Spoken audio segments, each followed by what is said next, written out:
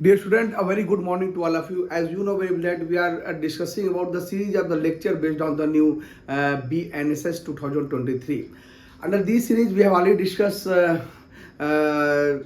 the difference between the BNSS and the CRPC. Thereafter, we have already discussed the what is the major changes which has been incorporated under the BNSS and which sections and provisions has been deleted, which were added. All these things we have already discussed. And the last discussion we have already started the Constitution of the Criminal Code and Offices under Chapter 2 of the BNSS. So under this chapter, we have already discussed classes of criminal code and its territorial divisions. तो अब दोस्तों इसके आगे हम लोग आगे का discussion करेंगे सेक्शन 8 से लेकर सेक्शन जो 6 और 7 था वो बेसिकली बेस्ड था वो था constitution of the criminal code which we have already discuss. सबसे ऊपर सेशन कोड, उसके नीचे फिर मजिस्ट्रेट के कोर्ट्स होते हैं जिसमें magistrate first class, second class and executive magistrate वगैरह जो है वो बैठते थे। साथ ही साथ हम लोगों ने ये डिस्कशन किया था कि इसका टेरिटोरियल डिवीजन कैसे होता है किसी भी स्टेट का। As I discuss in earlier video that पूरे के पूरे स्टेट्स को जो है वो कई डिवीजन में बांटा जाता है जिसको हम लोग कहते हैं सेशन डिवीजन। और एक सेशन डिवीजन में जो है और फिर सेशन डिवीजन को जो है वो डिस्ट्रिक्ट्स में बांटा जाता है, डिस्ट्रिक्ट को सब डिवीजन में बांटा जाता है और इसी सब डिवीजन में जो है वो हमारा judicial magistrate first class, second class and executive magistrate बैठता है। डिवीजन में सेशन जज बैठता है और सब डिवीजन में जो है वो मजिस्ट्रेट्स ज़्यादातर बैठता है। तो अब हम इसको आगे फर्दर इसी डिवीजन के बाद हम लोग अब कोर्ट ऑफ सेशन के डिटेल में हम लोग डिस्कशन करेंगे कि कौन हु अपॉइंटेड द जज of the session court and what is its procedure, what is its function, all this thing we will discuss in this series. Now come to the section 8 which talks about the court of session. दोस्तों एक बात ध्यान रखिएगा, सबसे ऊपर hierarchy में अगर आप देखें तो सुप्रीम कोर्ट ऑफ इंडिया आता है, उसके नीचे जो है सारे हाई कोर्ट्स आते हैं और हाई कोर्ट्स के नीचे जो है वो लोअर कोर्ट्स आता है। लोअर कोर्ट्स में जो सबसे ऊपर कोर्ट वाला कोर्ट होता है वो होता है कोर्ट ऑफ सेशन, यानी कि आप इसे लोअर कोर्ट का हाई कोर्ट कर सकते हैं। यानी कि सबसे बड़ा लोअर कोर्ट में जो जिसकी डिवीजन है वो है जज सेशन जज, यानी कोर्ट ऑफ सेशन। हर एक डिवीजन में जैसे स्टेट को हमने बताया था कि कई डिवीजन में बांटा गया है, हर एक डिवीजन में जो है वो सेशन जज की कोर्ट को बनाने का पूरा प्रयास जो है राज्य सरकार करती है। तो उसी तरह से कोर्ट ऑफ सेशन जो है वो राज्य सरकार with the consultancy of the high court जो है वो इस्टेब्लिश करती है पूरा इंफ्रास्ट्रक्चर। दोस्तों एक बात ध्यान रखिएगा, हाई कोर्ट को इस्टेब्लिशमेंट करने का काम राज्य सरकार करती है, उसको इंफ्रास्ट्रक्चर का देने का काम उसके कर्मचारियों का और तमाम तरह के अन्य जो प्रोसीजर चीज़ें हैं वो स्टेट गवर्नमेंट करती है। लेकिन अपॉइंटमेंट जो है और टर्म्स एंड कंडीशन द जजेस जो है ये सारा हाई कोर्ट के द्वारा किया जाता है, कंसर्न हाई कोर्ट के द्वारा किया जाता है। यानी कि इंफ्रास्ट्रक्चर देने का काम जो है, बिल्डिंग खड़ा करना, उसके बिल्डिंग के अंतर्गत इंफ्रास्ट्रक्चर देना, वो काम राज्य सरकार करती है with the consultancy of the high court. और कौन व्यक्ति उसके अंदर जज के रूप में कार्य करेगा, उसकी नियम शर्तें वगैरह क्या होगी, ये हमेशा high court with the consider of the supreme court वगैरह जो है वो डिसाइड करती है। यानी कि अपॉइंटमेंट का काम जुडिशरी करती है और इंफ्रास्ट्रक्चर देने का काम जो है वो स्टेट गवर्नमेंट करती है। अब आइए देखिए दोस्तों, सेक्शन 8 जो है वो डिफरेंट 8 क्लास में बांटा गया है। सबसे पहला है the state government shell establish a court of session. जैसे हमने बताया था कि इस्टेब्लिश कोर्ट को इस्टेब्लिश करने का काम जो है वो स्टेट गवर्नमेंट करती है फॉर एवरी सेशन डिवीजन। सभी सेशन डिवीजन में जो है वो कोर्ट ऑफ सेशन को इस्टेब्लिशमेंट करने का काम हमेशा स्टेट गवर्नमेंट, क्योंकि फंड जो है स्टेट गवर्नमेंट के पास ही होता है, वही अपने बजट के अनुसार जो है हर एक डिवीजन में जो है वो अपने सुविधा अनुसार, अपने इंफ्रास्ट्रक्चर के अनुसार जो है वो हर एक सेशन डिवीजन में जो है वो सेशन कोर्ट को इस्टेब्लिश करती है। हो सकता है कि एक सेक्शन डिवीजन में कई सेशन कोर्ट को वो इस्टेब्लिश कर सके अपने वित्तीय सुविधाओं के अनुसार। दूसरा है every court of session shall be presided over by a जज। सभी कोर्ट ऑफ सेशन में एक जज होगा जिसको हम to be appointed by the high court, जो कि हाई कोर्ट के द्वारा अपॉइंट किया जाएगा। यानी कि जो जजेस की नियुक्ति होगी वो हाई कोर्ट के द्वारा की गई, जो सेशन कोर्ट के जज की नियुक्ति होगी वो हाई कोर्ट के द्वारा की जाएगी। तीसरा है the high court may also appoint additional session जज to exercise jurisdiction in a court of session. यानी दो प्रकार के जज अब सेशन कोर्ट में हो गए दोस्तों। पहला है सेशन जज, जो सबसे बड़ा जज होगा अपने सेशन डिवीजन में, और दूसरा होगा उसी के नीचे जो है वो एडिशनल सेशन जज। इसकी भी नियुक्ति जो है वो स्टेट हाई कोर्ट करेगी। एक सीआरपीसी में एक और जज हुआ करता है जिसको कि बीएनएसएस में डिलीट कर दिया गया है, वो था असिस्टेंट सेशन जज, जिसको कि सजा जो है 10 साल तक की सजा देने की पावर थी। इस असिस्टेंट सेशन जज को बीएनएसएस ने डिलीट कर दिया है। यहाँ पर यानी कि कोर्ट ऑफ सेशन में सिर्फ 2 ही जज बैठेंगे, या तो वो सेशन जज होगा या फिर एडिशनल सेशन जज होगा, जिसकी दोनों की नियुक्ति जो है वो हाई कोर्ट करेगी। फोर्थ है द सेशन जज ऑफ वन सेशन डिवीजन में be appointed by the high court to be also an additional session जज ऑफ द अदर डिवीजन। दोस्तों मैंने ये भी कहा था कि हाई कोर्ट अपने वित्तीय सुविधाओं के अनुसार जो है किसी भी सेशन डिवीजन में जो है या तो एक सेशन कोर्ट या 2 सेशन कोर्ट या 3 कोर्ट, यानी कि एक डिवीजन में कई सेशन कोर्ट को जो है हाई कोर्ट स्टेट गवर्नमेंट बना सकती है। अगर किसी भी सेशन डिवीजन में एक से ज़्यादा सेशन कोर्ट है तो ऐसी स्थिति में हो सकता है कि अगर एक सेशन कोर्ट में कोई जज का स्थान रिक्त हो तो दूसरे सेशन जज के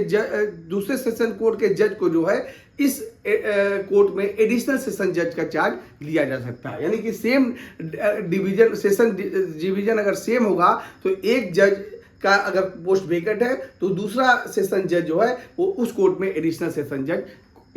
जो है वो बनाया जा सकता है, लेकिन ये तभी होगा जब हाई कोर्ट ऐसा करे। And also in such case he may sit for the disposal of the case at such places or places in the other division as the high court may direct.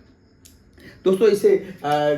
Section 8 sub clause 4 को जो है वो ध्यान से अगर आप देखें तो ये कह रहा है कि यदि स्टेट गवर्नमेंट ने कई सेशन डिवीजन के लिए अलग अलग सेशन कोर्ट बनाए हैं तो ऐसी स्थिति में एक डिवीजन का अगर सेशन जज अगर का पोस्ट वेकेंट है या किसी प्रकार से वो छुट्टी वगैरह पर है तो ऐसी स्थिति में उसी कोर्ट ऑफ सेशन उसी डिवीजन के दूसरे कोर्ट ऑफ सेशन को जो है वो एडिशनल चार्ज हाई कोर्ट चाहे तो दे सकती है। यानी एक सेशन डिवीजन में सेशन जज की नियुक्ति हाई कोर्ट करती है, साथ ही साथ अन्य डिवीजन में एडिशनल सेशन जज की भी नियुक्ति जो है वो हाई कोर्ट करती है। और यदि एक सेशन जज किसी अन्य डिवीजन में एडिशनल सेशन जज का चार्ज लिए हुए है तो ऐसी स्थिति में वो उस डिवीजन के केसेस को डिस्पोजल वहां बैठ के करेगा जहां पर कि हाई कोर्ट जो है वो निर्देशित करे। सेक्शन 8 का क्लास 5 ये कहता है where the office of the session जज इज वेकेंट। मान लीजिए सेशन जज का ऑफिस वेकेंट है, द हाई कोर्ट में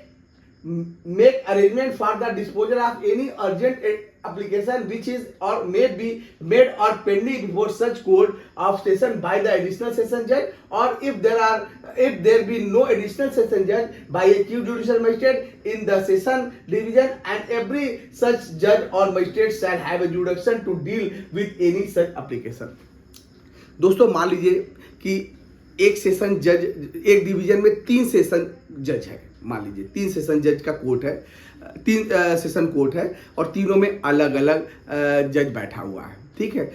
एक सेशन जज का कोर्ट मान लीजिए किसी कारण से वेकेट होता है, यानी कि सेशन जज छुट्टी पर है या बात की गई दोस्तों, या तो सेशन जज अब्सेंट है यानी कि उसका पोस्ट वेकेट है, या फिर जो है किसी अन्य कारणों से जो है वो नहीं बैठा हुआ है या छुट्टी पर है। तो ऐसी स्थिति में उसी सेशन जज से नीचे वाला जज एडिशनल सेशन जज जो है वो सेशन जज के कार्यों को देखेगा।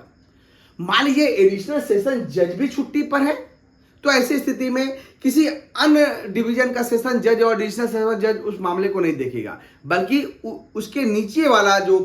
जज होगा, उसके नीचे वाला जज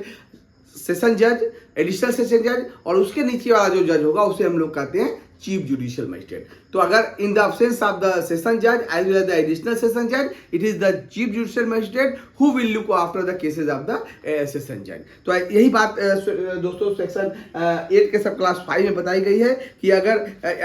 यदि किसी मामले में अर्जेंट एप्लीकेशन डिस्पोजल किया गया है और ऐसी स्थिति में एडिशनल सेशन जज जो है वो अब्सेंस है, तो ऐसी स्थिति में एडिशनल सेशन जज भी अब्सेंट है, तो सेशन जज उसी डिवीजन का सेशन जज के नीचे वाला जो चीफ जुडिशियल मजिस्ट्रेट होगा वो मामले को सुनेगा, और ऐसा जज या मजिस्ट्रेट जो है वो पूरा क्षेत्राधिकार रखता है ऐसे अर्जेंट मामले को डिस्पोजल की स्थिति में। दोस्तों यहाँ पर एक बात स्पष्ट है, यहाँ पर कहा गया कि कोई अगर अर्जेंट केसेस आए, यानी देखिएगा any urgent application which is, यानी अर्जेंट एप्लीकेशन आएगा, क्योंकि अगर ऐसी एमरजेंसी आ जाएगी तो अगर यदि सेशन जज नहीं है, एडिशनल सेशन जज नहीं है, तो ऐसे स्थिति में सीजीएम को हाई कोर्ट जो है पावर दे सकती है कि वो अर्जेंट केसेस को डिस्पोज आप कर दे। लेकिन यहाँ पर बहुत ही आवश्यक और बहुत ही इंपॉर्टेंट जो रिमार्केबल चीज़ वो है देखने के लिए, किसी भी कीमत पर दूसरे किसी सेशन जज को या एडिशनल सेशन जज को दूसरे सेशन डिवीजन के मामले को सुनने का अधिकार नहीं होगा। उसी सेशन डिवीजन के नीचे वाला जज जो है वो उस मामले को सुनेगा, अर्जेंट मामले को, लेकिन दूसरे सेशन डिवीजन के सेशन जज को मामले को सुनने का अधिकार नहीं होगा। सेक्शन 8 सब क्लॉज 6 में कहा गया है, the court of session shall ordinary hold its sitting at such places as the high court may by notification specified. यानी कि सेशन जज जो है, सेशन कोर्ट जो है वहां बैठेगा जहां पर हाई कोर्ट जो है अपने नोटिफिकेशन जाके स्पेसिफाई करे कि इस पर्टिकुलर एरिया में जो है वो सेशन जज बैठेगा। But if any other particular cases the court of session is of the opinion, यदि किसी ऐसा मामला है जिसमें कि सेशन कोर्ट की राय है कि it will tend to the general convenience of the parties and witness to hold its sitting at any other places in the session division, it may with the consent of the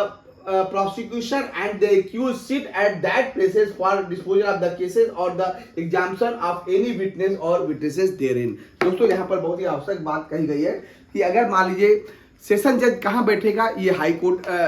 अपने notification जाकर specify कर देगा। लेकिन अगर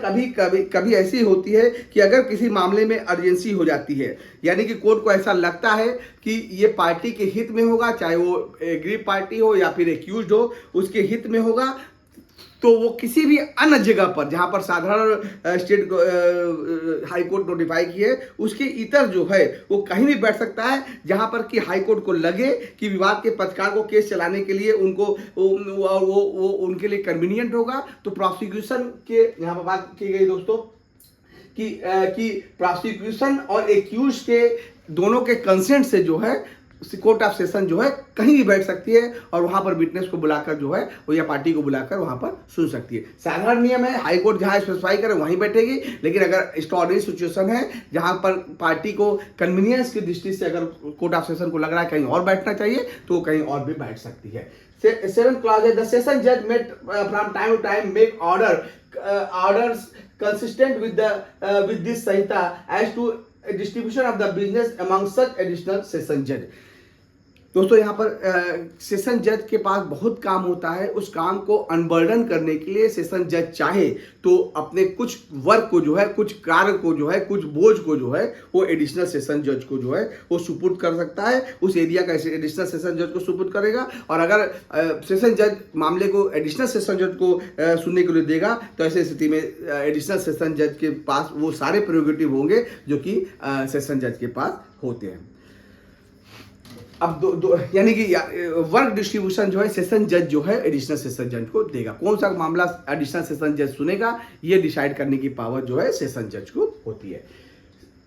अब last clause जो है दोस्तों, द सेशन जज सेक्शन 8 का सब क्लॉज 8, द सेशन जज में also make provision for the disposal of any urgent application in the event of his absence or inability to act by an additional session judge, or if there is no additional session judge by the chief judicial magistrate, and such judge or magistrate shall be deemed to have jurisdiction to deal with any such application। दोस्तों जो हम लोगों ने यहाँ पर देखा था section 5 में, वही बात सेक्शन 8 में रिपीट की गई है कि मैंने कहा था कि अगर सेशन जज का ऑफिस वैकेंट होता है या सेशन जज जो है वो किसी मामले में अपसेंट रहता है, कोई मामले में चाहता है कि इस केस को मैं न सुनूं या अपनी अनविलिंगनेस शो करता है किसी मामले में, तो ऐसी स्थिति में एडिशनल सेशन जज जो है उस मामले को सुनेगा। अगर सेशन जज चाहता है कि एडिशनल सेशन जज सुने तो एडिशनल सेशन जज को वो मामले को सुपुर्द कर देगा। मान लीजिए एडिशनल सेशन जज भी नहीं है तो ऐसी स्थिति में उसी सेशन डिवीजन का जो है जो नीचे वाला कोर्ट होगा, चीफ जुडिशियल मजिस्ट्रेट जो है वो उस मामले को सुनेगा। तो दोस्तों यहाँ पर उसी सेशन खंड में जो है वो हायरकी में वो नीचे वाला जज जो है, अगर यदि सीजीएम जो है ऐसे मामले को सुनता है तो उस अर्जेंट मामले को निपटाने का पूरा राइट जो है, डिस्पोजल ऑफ करने का पूरा राइट जो है वो उसके जुडिशन जो है सेशन चीफ जुडिशियल मजिस्ट्रेट का उस केस में होगा। अगर एडिशनल सेशन जज अपसेंट है या अपनी यहाँ पर बात जो वर्ड है वो इनएबिलिटी टू एक्ट, यानी किसी मामले में वो नहीं चाहता कि इस मामले को सुने, तो ऐसी स्थिति में एडिशनल सेशन जज वो भी नहीं है तो ऐसी स्थिति में चीफ जुडिशियल मजिस्ट्रेट जो है वो मामले को सुनेगा और उसको सारे पावर होंगे उस मामले को सुनने के। तो दोस्तों इस सेक्शन 8 में जो है जो कोर्ट ऑफ सेशन में इतने सारे जो है रूल्स रेगुलेशन बताए गए। अब दोस्तों सेक्शन 9 देखिए, कोर्ट ऑफ जुडिशियल मजिस्ट्रेट। ये तो सबसे बड़ा कोर्ट हुआ सेशन कोर्ट। अब जुडिशियल मजिस्ट्रेट वाला कोर्ट है। पहला है, in every district there shall be establishment as many court of the judicial magistrate of the first class and the second class and at such places as the state government may after consultation with the high court by notification specify। दोस्तों मैंने कहा था अगर आप earlier मेरे lecture को सुनेंगे कि सबसे स्टेट का जो डिवीजन होगा वो होगा, सबसे बड़े लेवल पर स्टेट होता है। स्टेट को जो है कई डिवीजन में बांटा जाता है और जो कि हम लोग सेशन डिवीजन कहते हैं, और उस सेशन डिवीजन को जो है कई डिस्ट्रिक्ट में बांटा जाता है। जैसे यूपी को अगर आप देखें तो यूपी को सबसे पहले सेशन डिवीजन में बांटा जाएगा और एक सेशन डिवीजन में मान लीजिए लखनऊ का कोर्ट, कानपुर का कोर्ट, बाराबंकी का कोर्ट, इस तरह से कई उसी डिवीजन में कई कोर्ट जो है वो बनाया जा सकता है और वो ये बनाने की पावर जो है स्टेट गवर्नमेंट को with the consultation of the high court होती है। तो ऐसी स्थिति में अगर मान लीजिए लखनऊ में कई कोर्ट जो है वो जुडिशियल मजिस्ट्रेट फर्स्ट क्लास और सेकंड क्लास के जो है वो हाई डिस्ट्रिक्ट में जो है कई जुडिशियल मजिस्ट्रेट के कोर्ट होते हैं, जुडिशियल मजिस्ट्रेट फर्स्ट क्लास और सेकंड क्लास, और वो जो है state government after consultation with the high court notification करके स्पेसिफाई करती है। यानी कि लखनऊ में कितने जुडिशियल मजिस्ट्रेट्स होंगे फर्स्ट क्लास सेकंड क्लास, ये जो है हाई कोर्ट के कंसल्टेशन के बाद जो है वो स्टेट गवर्नमेंट नोटिफाई करेगी। दूसरा प्रोवाइडेड क्लास कह रहा है the state government may after consultation with the high court establish for any local area one or more special court of the judicial magistrate. एक तो सामान्य कोर्ट होगा जो जुडिशियल मजिस्ट्रेट फर्स्ट क्लास और second class का होगा, और दूसरा बात करता है special court of the magistrate. State government अगर चाहती है तो कोई स्पेशल कोर्ट जुडिशियल मजिस्ट्रेट जिसमें कि फर्स्ट क्लास या second class to try any particular case को सुनने के लिए और particular classes of the cases. अभी मैं बताता हूँ दोस्तों, पर्टिकुलर केस का मतलब होता है कोई एक स्पेसिफिक केस हो या particular class of the cases. मान लीजिए जैसे कि एक साधारण पास्को का कोर्ट है, या जुवेनाइल कोर्ट है, या तो ऐसी स्थिति में या एस टी का कोर्ट है, यानी कि सारे एस टी के जो मामले होंगे उस कोर्ट में जाएंगे। यानी पर्टिकुलर क्लासेस ऑफ केसेस के लिए अगर हाई कोर्ट चाहता है, अगर स्टेट गवर्नमेंट चाहती है तो स्पेशल जुडिशियल मजिस्ट्रेट बैठाकर ऐसे मामले को डिस्पोजल करा सकती है। And other court of magistrate local area shall have jurisdiction to try such cases or classes of the cases for the trial of which special court of judicial magistrate has been established। यानी दोस्तों अगर आप देखें तो दो प्रकार के court जो है वो हाई कोर्ट, दो प्रकार के कोर्ट जो है स्टेट गवर्नमेंट स्टेब्लिश करेगी प्रत्येक डिस्ट्रिक्ट में। सेशन डिवीजन में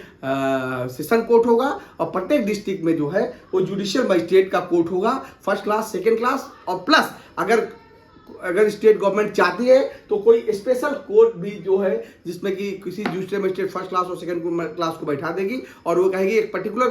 केस या particular class of the cases, जैसे पास्को का हुआ, जैसे कि CST का हुआ, जैसे मैं बताया था, उसके वो सारे केसेस जो है एक पर्टिकुलर मजिस्ट्रेट ही सुनेगा। और अगर ऐसा स्टेट गवर्नमेंट ने नोटिफाई कर दिया है तो कोई और जुडिशियल मजिस्ट्रेट जो है ऐसे केसेस को नहीं हाथ लगाएगा, सिर्फ वही जुडिशियल मजिस्ट्रेट देखिए। यानी राज्य सरकार जो है हाई कोर्ट के कंसल्ट करके कुछ लोकल एरियाज में जुडिशियल मजिस्ट्रेट या फर्स्ट क्लास को के एक और स्पेशल कोर्ट बना सकती है, जो किसी पर्टिकुलर केस या particular class of the cases, जैसे जुवेनाइल रिलेटेड, पॉस्को रिलेटेड इत्यादि के मामले को सुन सकती है। और ये स्पेशल कोर्ट जो है judicial magistrate first class, second class उस पर बैठा जा सकता है, और उसी प्रकार के मामले का कोई और जुडिशियल मजिस्ट्रेट जो है वो मामले को नहीं सुनेगा। अगर एक जुडिशियल मजिस्ट्रेट मान लीजिए किसी पास्को को कोर्ट में बैठा हुआ है, तो पास्को के ही रिलेटेड कोई भी मामला जो है कोई और judicial magistrate first class second class नहीं सुनेगा, सारा मामला वही उसी इस पे, क्योंकि स्पेशल कोर्ट बनाया गया है, स्पेशल एक्ट के अंतर्गत कोर्ट बनाया गया है, तो सिर्फ वही जुडिशियल मजिस्ट्रेट सुनेगा, कोई और सुनेगा और मामला नहीं सुनेगा। दूसरा है the presiding officers of such court shall be appointed by the high court. Same उसी तरह से है, यानी जुडिशियल मजिस्ट्रेट फर्स्ट क्लास और सेकंड क्लास का अपॉइंटमेंट जो है वो हाई कोर्ट करेगा यहाँ पर। तीसरा है the high court may whenever it appear to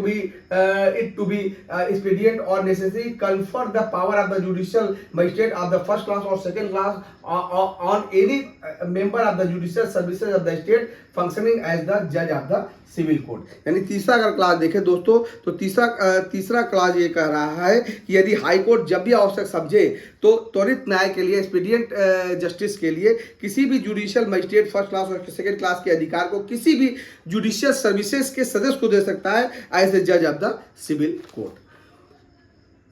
दोस्तों अब इसके बाद आप देखते हैं सेक्शन 10 जो बात करता है चीफ जुडिशियल मजिस्ट्रेट और एडिशनल चीफ जुडिशियल मजिस्ट्रेट का। In every district, the High Court shall appoint a judicial magistrate of the first class to be the chief judicial magistrate. दोस्तों जैसे कि हम लोग अगर आप देखें भारतीय टीम को देखें, तो भारतीय टीम को आप जुडिशियल मजिस्ट्रेट मान लीजिए, ये 12 जुडिशियल मजिस्ट्रेट हैं, उसका एक कप्तान बनाया जाता है। इस कप्तान को कहा जाता है चीफ जुडिशियल मजिस्ट्रेट। यानी कि अगर आप जुडिशियल मजिस्ट्रेट भारतीय टीम को मान ले, 12 खिलाड़ी जुडिशियल मजिस्ट्रेट है, उसी में से कोई एक व्यक्ति कप्तान बनता है, तो जो कप्तान बनेगा उसका नाम होगा चीफ जुडिशियल मजिस्ट्रेट। बाकी खिलाड़ी का नाम जुडिशियल मजिस्ट्रेट, यानी कोर्ट में जो सारे जुडिशियल मजिस्ट्रेट फर्स्ट क्लास और सेकंड क्लास बैठते हैं और उन सबका कप्तान होगा वो होगा चीफ जुडिशियल मजिस्ट्रेट। दूसरा है द हाई कोर्ट में, इसका भी अपॉइंटमेंट जो है हाई कोर्ट ही करेगी दोस्तों। The high court may appoint any judicial magistrate of the first class to be the additional chief judicial magistrate. High court अगर चाहेगी तो चीफ जुडिशियल मजिस्ट्रेट को वर्कलोड को कम करने के लिए जो है एडिशनल चीफ जुडिशियल मजिस्ट्रेट की भी नियुक्ति करेगी, ये भी हाई कोर्ट करती है। And such magistrate have all or any of the power of the chief judicial. ऐसा अगर एडिशनल चीफ जुडिशियल मजिस्ट्रेट अगर अपॉइंट किया गया है हाई कोर्ट के द्वारा, तो ऐसी स्थिति में उस एडिशनल चीफ जुडिशियल मजिस्ट्रेट को जो है वो सारे चीफ जुडिशियल मजिस्ट्रेट के पावर या कुछ पावर जो है हाई कोर्ट कन्फर कर सकता है। अंडर दिस आइटा और any other law time being enforced bye the high court may direct. High court जैसा चाहे उस एसीजीएम को जो है वो सीजीएम के सारे पावर दे सकता है या कुछ पावर या एक आध दो पावर वो एसीजीएम को दे सकता है, जिसको एडिशनल चीफ जुडिशियल मजिस्ट्रेट कहते हैं। दोस्तों चीफ जुडिशियल मजिस्ट्रेट के पास काफ़ी वर्कलोड होता है, क्योंकि सारे वो जुडिशियल मजिस्ट्रेट को वो रेगुलेट करता है, तो पावर को कम करने के लिए एसीजीएम के नीचे का भी एक कोड बनाया, चीफ जुडिशियल मजिस्ट्रेट के नीचे का एक कोड बनाया गया जिसको हम कहते हैं एडिशनल चीफ जुडिशियल मजिस्ट्रेट। इसका भी अपॉइंटमेंट हुआ है। याद रखिएगा दोस्तों, सारा का सारा मजिस्ट्रेट, चाहे वो फर्स्ट क्लास हो, चाहे सेकंड क्लास हो, चाहे सीजीएम हो, चाहे एसीजीएम हो, चाहे सेशन जज हो या एडिशनल सेशन जज हो या असिस्टेंट सेशन जज भी पहले अपॉइंट होता था, ये सारा अपॉइंटमेंट जो है सिर्फ हाई कोर्ट करता है। तीसरा, the high court may designate any judicial magistrate of the first class in any sub division as the sub divisional magistrate. High court चाहेगी तो किसी भी जुडिशियल मजिस्ट्रेट को जो है वो सब divisional judicial magistrate and relieve him of the responsibility specified in the section on the occasion required। दोस्तों इसे ध्यान से सुनिएगा, इस सेक्शन को जो है इसको इस सेक्शन को कहा गया है कि यदि हाई कोर्ट चाहेगा तो किसी भी कोर्ट ऑफ सेशन के लिए जो है यदि हाई कोर्ट चाहता है तो ऐसे स्थिति में अगर आप देखें किसी भी डिस्ट्रिक्ट में सब डिवीजन में हाई कोर्ट किसी भी जुडिशियल मजिस्ट्रेट फर्स्ट क्लास को जो है एसडीएम यानी सब डिवीजन जुडिशियल मजिस्ट्रेट का चार्ज दे सकता है, यानी एसडीएम अपॉइंट करने की पावर जो है वो हाई कोर्ट को होगी और ये एसडीएम जो है सब डिवीजन में जो है हाई कोर्ट के द्वारा अपॉइंट किया जाएगा। चौथा है दोस्तों, subject to the general control of the CJM every sub divisional judicial magistrate shall also have and exercise such power of the supervision and control over the work of the judicial magistrate other than the additional chief judicial magistrate in the subdivision as the high court may by general or special order specified in this behalf। दोस्तों इसे 4 को देखिएगा, section 10 सब class 4 को, जो chief judicial magistrate होगा उसको छोड़कर सब डिवीजन मजिस्ट्रेट अपने नीचे बैठने के लिए चीफ जुडिशियल मजिस्ट्रेट के नीचे जो है एडिशनल चीफ जुडिशियल मजिस्ट्रेट बैठेगा और सारे मजिस्ट्रेट अपने सारे पावर इस संहिता के अंदर जो दिया गया है वो हाई कोर्ट जो है वो उस पावर को वो जो है एडिशनल चीफ जुडिशियल मजिस्ट्रेट को दिलाएगा। तो दोस्तों यहाँ पर अगर आप देखें तो यहाँ पर बात की गई जुडिशियल मजिस्ट्रेट की और चीफ जुडिशियल और एडिशनल चीफ जुडिशियल मजिस्ट्रेट की, दोनों की नियुक्ति हाई कोर्ट करता है और जो पावर एंड फंक्शन होते हैं वो जो है वो हाई कोर्ट डिसाइड करता है। साथ ही साथ किसी भी सब डिवीजन में उसी चीफ जुडिशियल मजिस्ट्रेट में किसी व्यक्ति को जो है वो एसडीएम अपॉइंट कर सकता है। अब दोस्तों इसे देखते हैं, section 11 talks about the special judicial magistrate. यहाँ पर स्पेशल कोर्ट की बात की गई है, स्पेशल कोर्ट की बात की गई दोस्तों, और यहाँ पर बात की गई स्पेशल जुडिशियल मजिस्ट्रेट की। द हाई कोर्ट में if required by the central or state government so to do confer upon any person who holds or has held any post under the government or any of the power confer or conferable by or under this Sanhita on a judicial magistrate of the first class or of the second class in respect to particular cases or to particular class of the cases it may local areas। दोस्तों इसे देखिएगा, section 11 talks about the कि यदि high court को या तो central government या state government के रिक्वेस्ट करने पर, यानी कि दोस्तों याद रखिएगा हाई कोर्ट को कौन रिक्वेस्ट करेगा, या तो सेंट्रल गवर्नमेंट या तो स्टेट गवर्नमेंट, किसी भी व्यक्ति को या तो सरकार, वो व्यक्ति सरकार के द्वारा कोई पोस्ट होल्ड कर चुका है या कर रहा है, सभी या कोई पावर जो इस संहिता के अंदर दी गई है किसी भी जुडिशियल मजिस्ट्रेट फर्स्ट क्लास को या सेकंड क्लास को किसी भी पर्टिकुलर केस या पर्टिकुलर क्लासेस ऑफ केस को देखने के लिए किसी भी लोकल एरिया में अपॉइंट कर सकती है। यानी कि दोस्तों मैंने पास्को का बताया था या फिर SC ST का जो कोड बताया था वो इसी के अंतर्गत अपॉइंट किया था कि स्टेट गवर्नमेंट जो है हाई कोर्ट के स्टेट गवर्नमेंट के रिकमेंडेशन पर हाई कोर्ट जो है पास्को का कोर्ट या ST ST का कोर्ट या MLA MP का डिस्पोजल ऑफ द केसेस के करने के लिए जो है स्पेशल जुडिशियल मजिस्ट्रेट को कोर्ट अपॉइंट करके कोर्ट नया कोर्ट बनाकर उसे किसी जुडिशियल मजिस्ट्रेट फर्स्ट क्लास और सेकंड क्लास को दे सकती है जो particular classes of the case को जो है वो डिस्पोज ऑफ करता है, जो हम लोग अभी यहाँ पर डिस्कस कर चुके थे स्पेशल जुडिशियल मजिस्ट्रेट के कोर्ट के स्पेशल कोर्ट इस्टेब्लिश करने के संबंध में। दूसरा जो है provided that no such power shall be confer on a person unless he possesses such qualification or experience in relation to the legal affair as the high court may be rule specified. दोस्तों यहाँ पर तो court में judicial magistrate बैठा जाता है, लेकिन high court ये डिसाइड करेगा, जब तक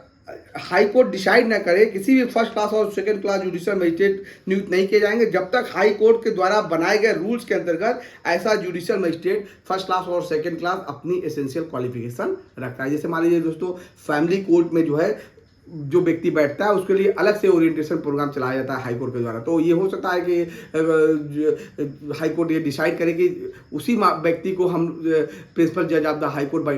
बैठाएंगे जिसको कि कोई इस तरह से ओरिएंटेशन कोर्स वगैरह किया हो। तो स्पेशल अगर कोई रिक्वायरमेंट हाई कोर्ट निर्धारित करता है किसी जुडिशियल मजिस्ट्रेट फर्स्ट क्लास और सेकेंड क्लास के लिए तो उसे वो पालन करना पड़ेगा।